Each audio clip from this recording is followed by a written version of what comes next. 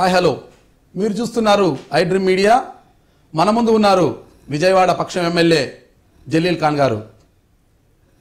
కాంగ్రెస్ పార్టీలో తన రాజకీయ అరంగేట్రాన్ని ప్రారంభించి ఎన్నో ఒడిదుడుకుల అనంతరం వైసీపీలోకి వచ్చి 2014 ఎన్నికల్లో పశ్చిమ నియోజకవర్గం నుంచి ఎమ్మెల్యేగా గెలిచిన ఆయన తదుపరి రాజకీయ పరిణామాల నేపథ్యంలో టీడీపీ వైపు వెళ్ళిపోయారు. ప్రస్తుతమైన వైసీపీని ఎందుకు వీడారు, టీడీపీలోకి ఎందుకు వెళ్ళిపోయారు, టీడీపీలోకి వచ్చిన తర్వాత నియోజకవర్గంలో ఎలాంటి అభివృద్ధి పనులు చేస్తున్నారు, ప్రజలకు ఏ విధంగా దగ్గర అవుతున్నారు అన్న వివరాలను ప్రస్తుతం మనం ఆయన నుండి తెలుసుకోబోతున్నాం. నమస్తే జలీల్ ఖాన్ గారు. నమస్కారం అండి. బాగా మీకు చాలా గిఫ్ట్లు వచ్చినట్టున్నాయి. వెనకాల ఎక్కడ చూసినా కూడా మొత్తం ప్రశంసా పత్రాలు, మెడల్స్, మొత్తం షీట్స్ అన్నీ కూడా షీల్డ్స్ అన్నీ మన ఎక్కుండిపోయినాయి. ఏం సార్ అవన్నీ? ప్రజలు ప్రేమ ఆదరణ, ఏదో కార్యక్రమాలకి పిలుస్తుంటారు, వెళ్ళినప్పుడల్లా ఇస్తుంటారు వాళ్ళు. మేము అవన్నీ చూసి ఏమన్నా మీరు స్పోర్ట్స్ మ్యాన్ ఏమన్నా ఈవెంట్స్ వచ్చినాయేమో అనుకుంటున్నాం. లేదు, అన్ని పాలిటిక్స్లో వచ్చినాయి. అంటే మీరేం స్పోర్ట్స్ మ్యాన్ అయితే కాదు, ఏమీ కాదు. చిన్న స్టడీ లైఫ్లో స్పోర్ట్స్ మ్యాన్గా ఉండేవాళ్ళం. ఏం ఆడేవాళ్ళు సార్? షటిల్ ఆడేవాళ్ళం, వాలీబాల్ ఆడేవాళ్ళం, కబడ్డీ ఉండేవాళ్ళం. అంటే ఈ క్రీడలన్నీ ఊరికే మీ స్కూల్ వరకేనా, జిల్లా అవతలకి ఏమైనా అట్లా ఆడేవాళ్ళు, యూనివర్సిటీ స్థాయిలో ఏమైనా ఆడారా? నేను అప్ టు కాలేజ్ దాకా కూడా డిగ్రీ చదివేంత వరకు ఆడుతూనే ఉన్నా.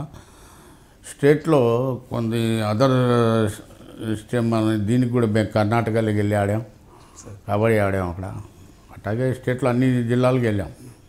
ఇప్పుడు మీరు షటిల్, కబడ్డీ, వాలీబాల్ నెక్కిన క్రీడలు చెప్పారు మీరు. దీంట్లో ఏ దాంట్లో మంచి ప్రావీణ్యం ఉండేది మీకు? అది మేము దాన్ని ఒక సైజులాగా స్టూడెంట్ లైఫ్లో చేసాం.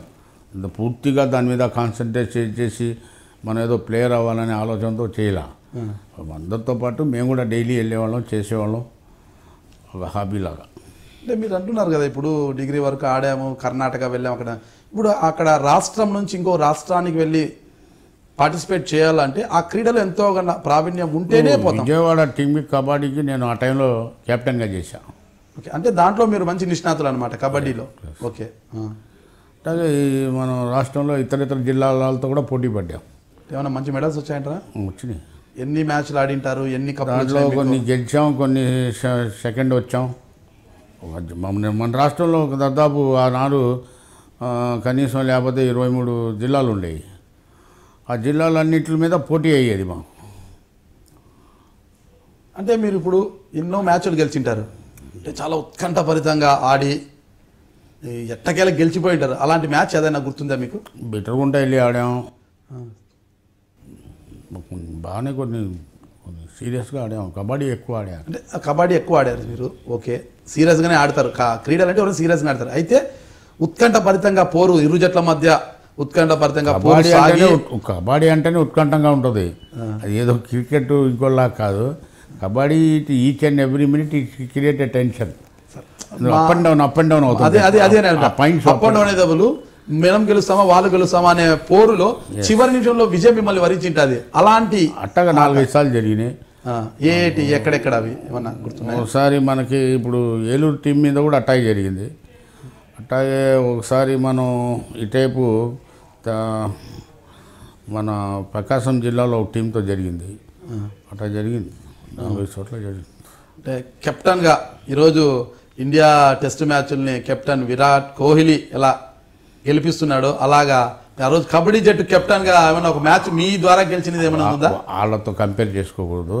కంపారిజన్ అంటే వాళ్ళ స్థాయికి విరాట్ కోహ్లీ, ఇక్కడ అంటే కృష్ణా జిల్లా వరకు కబడ్డీ టీంకి మీరే కోహ్లీ.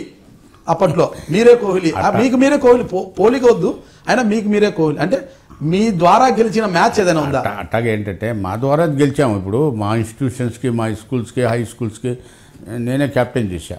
ఆ 1 ఇయర్లో అక్కడ ఉన్న క్యాప్టెన్కి మనమే నిర్వహించాం, ఆ టీంలు గెలిచాం. అట్లాగే ఈ మ్యాచ్ జలీల్ ఖాన్ లేకపోతే ఓడిపోయే వాళ్ళం బా అని ఎవరైనా అనుకునేది అట్లా టైం కాదు, కానీ మా కష్టం మనం పడ్డాం, గెలిచాం. దాంట్లో కొన్ని ఓడిపోయాం, కొన్ని గెలిచాం, అన్నీ జరిగినాయి. గెలుపోవటములు అనేది విద్యార్థి దశ నుంచే నేర్చుకున్నారు మీరు. రాజకీయాల్లోకి రాకముందే గెలుపోవటములు అనేది విద్యార్థి దశ నుంచి బాగా నేర్చుకున్నారు. నేను మీ జలీల్ ఖాన్ని, విజయవాడ పశ్చిమ నియోజకవర్గ శాసనసభ్యుని, తెలుగుదేశం పార్టీ శాసనసభ్యుడిని. మీరు చూస్తున్నారు ఐ డ్రీమ్ న్యూస్.